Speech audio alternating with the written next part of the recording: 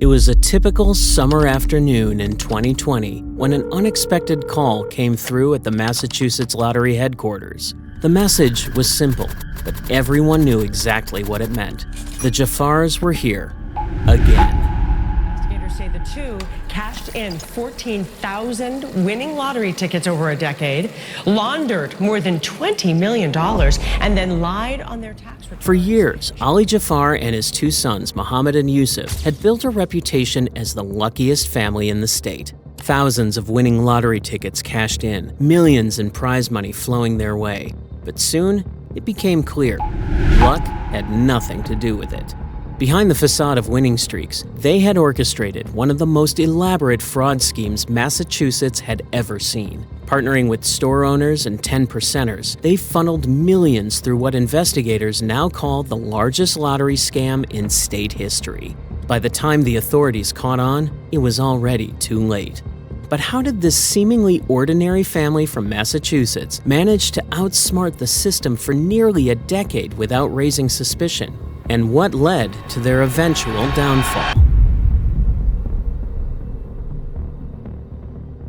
Ali Jafar wasn't a typical Massachusetts resident. In the 1990s, after moving to the US from Lebanon, he found his footing in a rather unassuming industry: prepaid phone cards. It was a humble beginning, but it wasn't long before Ali's knack for business started to pay off. He saved up enough to buy a taxi and eventually began investing in the very product that had launched his success. For years, shopkeepers around the city knew to call Ali when their cards ran low. He'd arrive in his taxi, delivering stacks of cards, all while building relationships with store owners across Massachusetts. It was a side hustle, but it was making Ali more money than anyone could have imagined. But in 2011, Ali decided to take a bolder step. The phone card business had served him well, but with his deep connections to convenience store owners, he saw an opportunity, a way to exploit the system. He wasn't about to settle for small-time earnings anymore. The scheme he devised wasn't entirely new. It was built on a well-known trick used by gamblers for years: 10%ers. The idea was simple. Some winners didn't want to publicly claim their lottery prizes. Maybe they owed back taxes, child support, or just didn't want the IRS getting involved. Enter Ali and his connections. Here's how it worked. Ali's network of lottery agents and convenience store staff would buy winning tickets from the real winners. At a discount, of course. In exchange for cash, no questions asked, the original winners would avoid the paperwork, while Ali and his middlemen pocketed the prize money, minus a cut of around 10%. And in some cases, the cut can be as high as 15 to 25%. The government sometimes lost up to $1 million in tax revenue each week at just one racetrack. But this was more than just a hustle. It was a full-fledged tax evasion scheme. By claiming the winnings as their own, Ali and his associates would offset their taxes with fake gambling losses, keeping their money hidden from the government. And in some cases, they even used fake IDs to file the paperwork. It was a bold plan, and a dangerous one.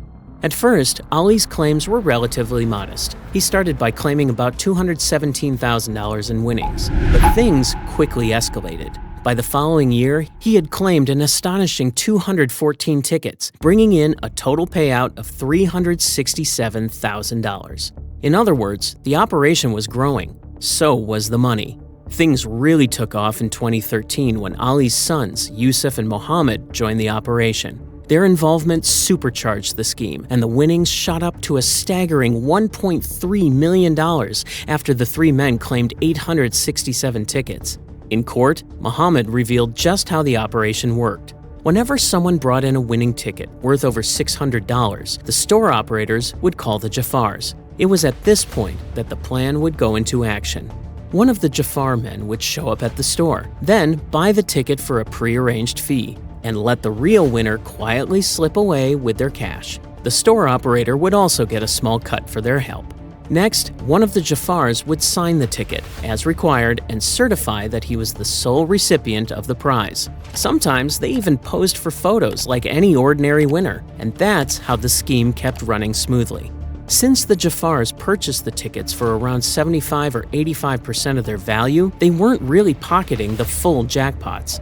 Nevertheless, the money did add up. Between 2011 and 2013, Ali claimed over 1,000 tickets. But that was only the beginning. He kept ramping up both the number of tickets and the size of the prizes, all the way through 2019. The same method kept the money flowing in, and they were claiming so many tickets that it didn't matter that they were buying them at a discount, 75% to 85% of their value. The sheer volume of tickets made the scheme incredibly profitable, despite the lower payouts. According to court documents, the operation continued until at least 2020. In total, Ali and his family cashed in over 14,000 lottery tickets, bringing in more than $20 million in winnings. They even falsely reported gambling losses, which allowed them to snag over $1.2 million in tax refunds. With so much money coming in, the whole operation continued for nearly a decade. In 2019, things started to unravel when Mike Bodette from 5 Investigates began to uncover what was happening. He was looking at a group of so-called high-frequency winners, people cashing in at least 20 lottery tickets worth $1,000 or more each year. His digging raised some serious red flags. Bodette reported that in the year before, the Massachusetts State Lottery had paid out a staggering $4 billion in prizes. While most big winners claim their prizes 1 or 2 times, some players seem to be showing up much more frequently. One of those frequent visitors was Ali Jafar from Watertown. His repeated visits caught the attention of investigators and raised suspicions. Records showed that over the past 2 years, Ali had cashed in more winning tickets than anyone else in Massachusetts. According to Bodette's analysis of lottery data, Ali had a jaw-dropping 3,203 tickets worth $600 or more. The number made him stand out for all the wrong reasons. By 2019, Ali topped the charts as the highest individual lottery ticket casher in Massachusetts. His sons, Muhammad and Yusuf, were right behind him, ranking 3rd and 4th. The family trio's success became a big topic of discussion, but it was only a matter of time before someone blew the whistle. Bodette was determined to find out why Ali was winning so often. But when he reached out, Ali refused to answer any questions about his lottery luck. It was like he was trying to keep a tight lid on the operation, hoping it wouldn't come crashing down. As the investigation continued, it became clear that the Jafars had crossed a line. What started as a seemingly harmless way to profit from lottery winnings turned into a full-blown scheme that had serious legal implications. The authorities were closing in. Eventually, the family faced charges for their actions. They had made millions, but now they were looking at potential jail time and hefty fines. It was a classic case of living large and the consequences that followed. After investigative journalist Bodette's report shed light on the issue of 10%ing, the Massachusetts Lottery Commission took serious notice. Bodette's investigation revealed a troubling trend where individuals were cashing in large numbers of winning lottery tickets through middlemen, known as 10%ers, who took a cut of the winnings. The discovery led to increased scrutiny from the Lottery Commission, prompting then-Commissioner Michael Sweeney to act decisively. Sweeney, upon recognizing the gravity of the situation, began assembling a specialized team to delve deeper into the activities of the Jafar family, who were at the center of this emerging scandal. The Jafars, a family living in Massachusetts, had been identified as major beneficiaries of the fraudulent practice. By May 2019, the investigation had gathered sufficient evidence to take action. The Lottery Commission decided to suspend the Jafar family from participating in the lottery, making the first significant move against them. In a bid to tackle the issue head-on, Sweeney appointed Dan O'Neill as the new Director of Compliance and Security. O'Neill's mandate was to address the problem of 10%ers to restore fairness to the lottery. O'Neill took immediate action by instructing lottery agents to closely monitor the Jafar family. By this time, the family had become a known entity within the commission due to their suspiciously high frequency of winning tickets. According to reports from the Boston Globe, the Jafars' activities had raised red flags, and it was evident that something was seriously amiss. The investigation into the Jafar family's lottery winnings involved mining the data on their operation, including the stores where they appeared to secure the most tickets. Officials made an astonishing revelation. To achieve the level of winnings they had, they would have needed to purchase an improbable 22,859 tickets from just one lottery brand. The figure translated to 952 tickets every hour, or 16 tickets every minute, an amount that defied any reasonable expectation of legitimate play. Such a massive scale of ticket buying was beyond the scope of casual or even regular lottery players, indicating a well-organized scheme rather than mere chance. Meanwhile, Muhammad Jafar, another son in the family, had begun to grapple with intense feelings of guilt and remorse. He described himself as naive, weak, and even pathetic. Muhammad regretted not standing up against his father's illegal activities and wished he had done more to protect his brother from the fallout of their actions. After pleading guilty to a conspiracy charge in New Jersey in 2016, Muhammad sought therapy for depression. Despite his personal struggles, he continued to support his father's scheme until he finally decided to leave it behind in 2017. His lawyer, John F. Palmer, detailed that Muhammad's decision to exit was a complex one, marred by the psychological pressure from his father. He argued that Ali, the patriarch of the family, had exerted significant psychological pressure on Muhammad to keep him involved in the scheme. According to Palmer, Ali even threatened to expel Muhammad from the family home if he didn't continue with the fraudulent activities. The coercive manipulation therefore allegedly created a challenging situation for Muhammad, who felt trapped between his loyalty to his father and his desire to break free from the illegal operation. Despite his internal conflict, Muhammad ultimately chose to remain involved for a time, but the psychological toll was significant. In 2017, Massachusetts introduced a new state policy aimed at catching people who win a lot of lottery prizes in a short time. This policy is specifically focused on players who win 20 or more lottery prizes of $1,000 or more within a single year. Under this policy, if lottery officials notice that someone's winnings seem suspicious or statistically unlikely, they have the authority to investigate further. This could involve looking into how the person won so many prizes and whether their winnings are legitimate. If the officials find that the winnings don't add up or seem too unusual, they can take action by freezing the person's payouts. This means the lottery can hold on to the prize money for several months while they conduct their investigation. This policy helps ensure that large, frequent winners are thoroughly checked to prevent any potential fraud or abuse of the lottery system. As the Lottery Commission's investigation gained momentum, the Jafars attempted to evade detection by having friends cash in their winning tickets at the lottery office on their behalf. The tactic was intended to divert attention and create a layer of separation between the Jafars and the fraudulent activity. However, their efforts to obscure the trail were ultimately unsuccessful. The reason is simple. While the Jafars were getting creative about how they could evade arrest, the Internal Revenue Service was on the case too.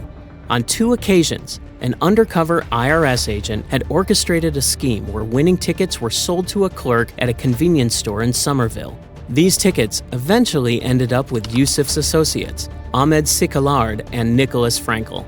Here's how it became so. In October 2019, an employee at a convenience store in Somerville bought a $1,000 winning lottery ticket, but he got it at a discounted price. A few hours later, Muhammad made 6 phone calls to a number that was registered to the owner of that Somerville store. The next day, a co-conspirator from Cranston, Rhode Island went to the lottery office, cashed in the $1,000 check, and signed the form as if he were the original winner.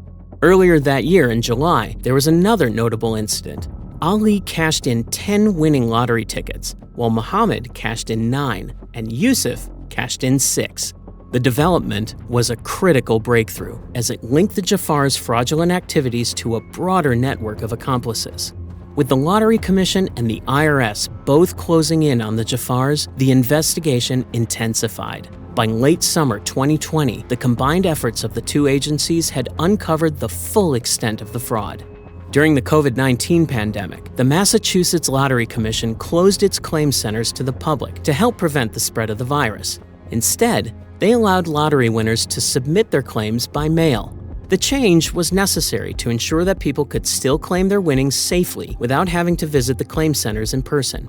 On June 26, 2020, Yusuf brought 3 winning tickets to the lottery headquarters, which became pivotal evidence against the family. O'Neill confronted Yusuf and refused to process the tickets. Yusuf was infuriated. He felt that he was entitled to the payouts and was baffled by the refusal. The confrontation marked a turning point, as it was clear that the scrutiny was intensifying and the walls were closing in on the Jafars. Less than 2 weeks later, Mohammed showed up too, only to be turned away like his younger brother. The tickets were the final piece of the puzzle, leading to the suspension of both Yusuf and Mohammed within the period. At the end of that summer, federal agents searched the home of the Jafars, leading to their eventual suspension from lottery. Faced with the suspension, they decided to seek legal representation to contest the decision. In the meantime, one of Yusuf's friends, Nicholas Frankel, agreed to cooperate with the authorities. Frankel testified against the Jafars, revealing that Yusuf had provided him with detailed instructions on how the scam operated. In exchange for his testimony, Frankel negotiated an immunity deal with the state, which allowed him to avoid prosecution while assisting in bringing the Jafars to justice. During the subsequent Lottery Commission hearing, investigators made an intriguing discovery. The Jafars' winnings were deemed statistically improbable. The sheer volume of winning tickets they had claimed was so far beyond the norm that it confirmed their operation was fraudulent. Again, the finding helped to validate the extent of the scam and reinforcing the authorities' position. Court documents showed that between March 23, 2020 and June 12, 2020, the Jafars claimed around $360,807 in Massachusetts lottery winnings by sending their claims through the mail. This period coincided when the Lottery Commission had closed its claim centers due to the COVID-19 pandemic, which forced winners to use the mail to submit their claims. During that time, Ali claimed 190 tickets, worth a total of $225,456. Muhammad claimed 12 tickets, amounting to $60,727, and Yusuf claimed 13 tickets, valued at $74,623. The three men also reportedly claimed 3 winning tickets more than $10,000 each during the pandemic closure. This included 1 ticket valued at $20,000. In October 2020, a Suffolk County Superior Court judge delivered a significant ruling on the civil case. The hearing officer reported that for Mr. Jafar to win 559 times during the review period, he would have needed to purchase 2,283,649 tickets. This would have cost him a staggering $15,455,688.99. Yet, his total winnings would have only been $12,158,950.76, highlighting a massive discrepancy between the cost of buying the tickets and the actual winnings. The judge explained that for Ali to have won as many prizes as he did, he would have needed to buy an astonishing 12,411 lottery tickets every single day. This breaks down to 517 tickets every hour, or more than 8 tickets every minute. Such a volume of ticket purchases is not only highly improbable, but also practically impossible for an average lottery player. Moreover, these tickets weren't all bought from one location. They were spread out across various parts of Massachusetts, including Lowell, Nantucket, Boston, and Worcester. The widespread purchasing strategy was part of the elaborate scheme that the Jafars used to hide their fraud. One of the key figures in the case was Lena Gantus, a store owner who testified during the trial. Gantus revealed that Ali had initially tried to recruit her into his fraudulent scheme. At first, Gantus refused to participate, but the dynamics changed during the COVID-19 pandemic. The pandemic brought about significant economic challenges, and Gantus eventually agreed to become part of the operation. Her role involved facilitating the exchange of winning tickets for a cut of the money, which she described in detail during her testimony. According to Gantus, the arrangement was quite straightforward. Ali had a deal where he paid $800 or $850 to customers who brought in winning tickets worth $1,000. In addition to this payment to the customers, Ali also gave Gantus $50 for her role as the intermediary in the transaction. Court documents provide insight into how the arrangement worked financially, showcasing the mechanisms of the scheme. For higher value tickets, the payout was adjusted accordingly. For instance, Gantus recalled that if a ticket was worth $10,000, Ali would pay the customer $7,000 and give her $100 for her part in facilitating the transaction. The revelations from the trial led to significant repercussions for those involved. The Massachusetts State Lottery Commission took decisive action to address the fraud. They began working to revoke or suspend the licenses of over 40 lottery agents who had been implicated in the scheme. The move was part of a broader effort to clean up the corruption within the lottery system and restore its integrity. In addition to the lottery fraud, officials discovered that the Jafar family had engaged in deceptive practices to avoid paying taxes. They had lied to the Internal Revenue Service, or IRS, as part of their broader effort to evade financial consequences. Court documents showed that the defendants had falsely reported millions of dollars in personal gambling winnings on their tax returns. To cover up their illegal activities, they also claimed fake gambling losses that matched their fabricated winnings. This tactic was intended to make their financial situation appear legitimate while hiding the real source of their income from the IRS. The fake claims were effective in allowing the Jafars to avoid paying taxes, resulting in a total federal tax loss of $6,082,578. Despite the significant amount of money involved, Ali maintained that he was simply lucky, dismissing the severity of the situation. His statements revealed a lack of remorse and an attempt to downplay the gravity of his actions. The legal consequences for the Jafar family were severe. They were charged with conspiracy to defraud the United States, conspiracy to commit money laundering, and multiple counts of filing false tax returns.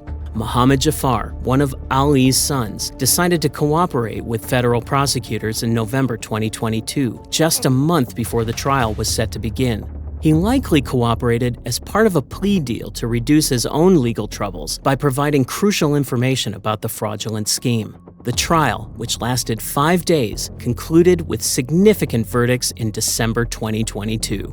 Both Ali and Yusuf were found guilty on multiple charges, including conspiracy to defraud the IRS, conspiracy to commit money laundering, and filing false tax returns. Ali was sentenced to 5 years in prison. His son, Yusuf, received a sentence of just over 4 years. In addition to their prison terms, both men were ordered to pay $6 million in restitution. They were also required to forfeit all the profits they had gained from their fraudulent activities. At least, the financial penalty would help compensate for the damages caused by their actions and serving as a deterrent to others who might consider engaging in similar schemes. Ali and Yusuf's lawyer, Valerie S. Carter, objected to the sentences. In an email to the Globe at the time, she argued that convenience store operators who worked to recruit people like the Jafars were the major culprits, while her clients were merely used. However, O'Neill identified that lottery investigators, state authorities, and federal prosecutors didn't focus on the Jafars alone. According to him, they also went after other 10%ers, their runners, their clients, a Boston police officer who sold a $10,000 ticket on the black market, as well as the convenience store operators. You'd recall that we identified how the Lottery Commission moved to either revoke or suspend sales licenses at some locations. Meanwhile, Mohammed, who had previously interned for then-Senator John Kerry, also faced legal consequences. On November 4, 2022, he pleaded guilty to conspiracy to defraud the IRS. As a result, he was sentenced to 6 months in prison. He was also ordered to pay $964,000 in restitution and given a 2-year ban on participating in any lottery activities. Sweeney explained why it took so long for the lottery to crack down on the Jafars. He pointed out that lotteries aren't like law enforcement agencies. Their job isn't to investigate potential fraud, but rather to celebrate and promote the excitement of people winning. Because of this focus, they might not spot the signs of fraud right away. Essentially, the lottery's goal is to highlight the winners and make the game seem fun and rewarding. In other words, they might overlook unusual patterns or suspicious behavior, especially when it comes to people who seem to be winning a lot. Later on, Mark William Bracken, who is the interim executive director of the Massachusetts State Lottery Commission, addressed the outcome of the Jafar case. He stressed that anyone involved in defrauding the lottery to avoid paying taxes or financial obligations would face serious consequences, just as the Jafars did.